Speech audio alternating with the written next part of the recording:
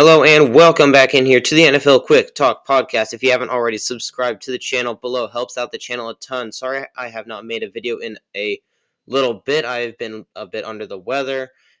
I'm fortunately back to full strength, ready to go, ready to make some videos for y'all. And this preview video will consist of 3 keys to the game for both teams and an X factor on offense and defense for each team, plus my final prediction for the game, the Super Bowl, and that will be coming at you right now. And we will start off with the 3 keys to the game for the Chiefs.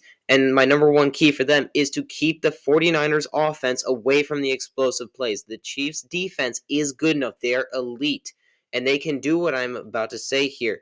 Keep them away from these explosive plays. Do not let players like Brandon Ayuk, Deebo Samuel get into the secondary and past the secondary. And for explosive gains like that, don't let Christian McCaffrey rip off really big runs. Don't let these screen passes that they do so well get out for a big gain. If the Chiefs can make the 49ers dink and dunk their way down the field, then I think they will be able to cause problems. My second key for the Chiefs, also on the defensive side, force Brock Purdy to make plays outside the pocket. When Purdy is forced outside of the pocket, he does not make very good reads. Let's face it, he doesn't really. He, by and large, throws interceptions. He has thrown interceptions in these playoffs that just haven't been intercepted. If you remember back to the Packers game, he got outside the pocket, and threw a ball that was right in the linebacker's hands, and he dropped it. He's had several plays like that. So I think a key for the Chiefs is to force Purdy to make plays outside the pocket. He is worse. He is objectively worse when he is outside the pocket rather than when he is inside the pocket. And my third point for the Chiefs is make sure Mahomes is kept upright. And this is primarily geared toward the Chiefs' offensive line. They did a great job of this versus the Ravens, but the 49ers have a devastating pass rush. Keep Mahomes off the ground. Don't let Mahomes get sacked. Don't get set behind the chains. And make sure that Mahomes doesn't have a grass stain, if you know what I mean. Keep him upright. Make sure that he is not sacked. And I think if they follow in with these 3 keys and plus Mahomes makes Mahomes plays, I think that these 3 keys give them a heck of a chance to win. Now we will go over to the 49ers side for their keys. My number one key is limit Mahomes to under 200 passing yards. Don't make Mahomes win this game because of his passing attack. The 49ers, they have some pretty good players in their secondary. Probably not as good a secondary as the Chiefs have, but they have a pretty darn good secondary. And their receivers, quite honestly, aren't really that good. Rashid Rice is the only viable option other than Travis Kelce, and Rashid Rice will play a very important role in this game, as I'll discuss in a little bit. But if you limit Mahomes to 200 passing yards or less, I think that gives them a very good chance to win. Number 2 point for them is run Christian McCaffrey early and often. This is his chance to shine. He wasn't on the 49ers team that went to the Super Bowl in 2020. He is here and he wants to win this Super Bowl. Give the ball to him. He is the best offensive player in the league other than the 2 quarterbacks, Mahomes and Lamar Jackson.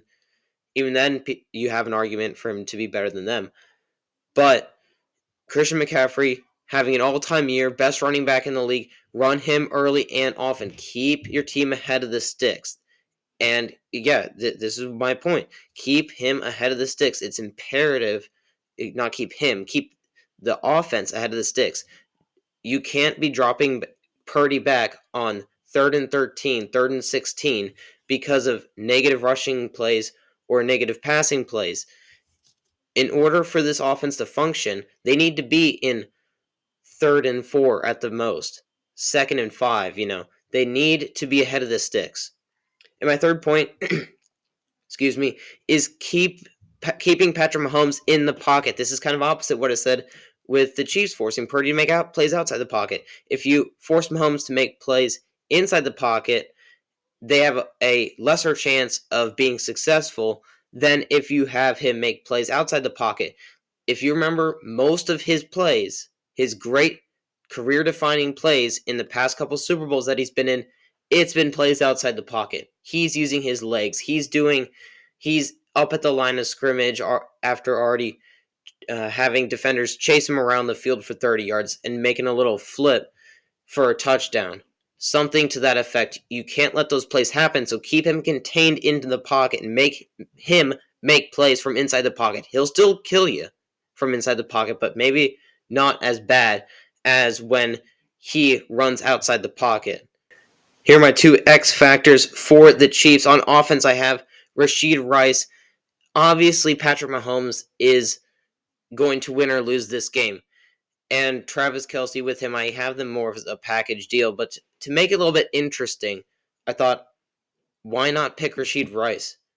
He has been playing great as of late, and if he plays well in this game, that means everyone else is playing well in this game on offense for the Chiefs. You know, Kelce's going to be getting his play. Kelce and Mahomes will be doing their thing, but can Rashee Rice pull in, I don't know, 6 receptions for 85 yards and a touchdown? If he puts up a line like that, I think that they win this game, at least on the offensive side of the ball.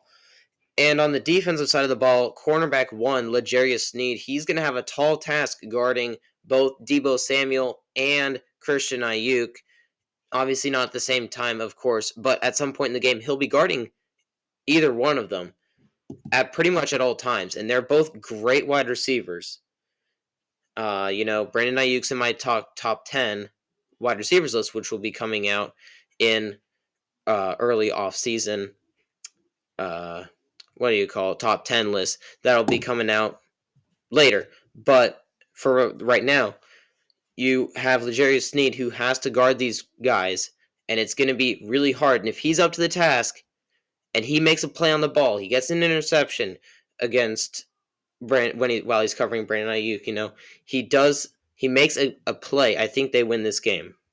And the X factors for the 49ers on offense is Deebo Samuel. He is worth 3 points a game. I'm not joking you, which is insane for a skill position player like himself. He is what connects this offense, in my opinion. He really makes this team what this team is.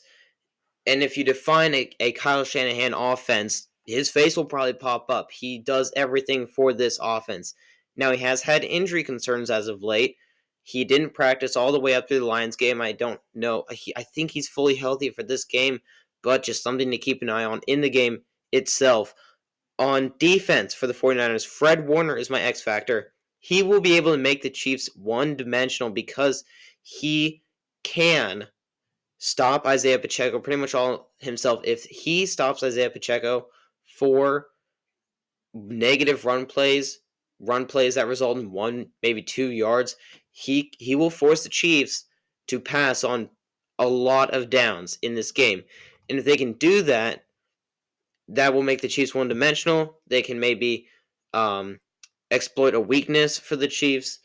They can do a lot of stuff when the Chiefs are one-dimensional, and they can play around that. So, the reason I say Fred Warner is because he is the best linebacker when it comes to run stop, in my opinion. He's just the best linebacker overall.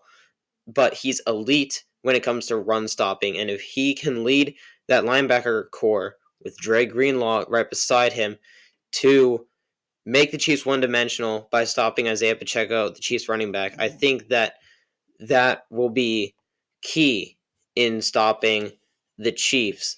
And my final score prediction, a little bit lower scoring, but I'm going to take the Chiefs 26-24. I think that if you bet against Patrick Mahomes, you're kind of crazy at this point because everyone's bet against him in at least the Ravens game or the Bills game. And he's turned out all right. Let's just put it that way. I will see you guys in the next one. I'll be doing an instant live reaction after the Super Bowl. So 20, 30 minutes after the Super Bowl, log on to my channel and just see if that is something that I've put out by then. If not, 40 minutes after the Super Bowl, something like that. Just something to keep in mind. If you haven't already subscribed, to the channel, enable alerts for my channel, and I'll see you guys in the next one.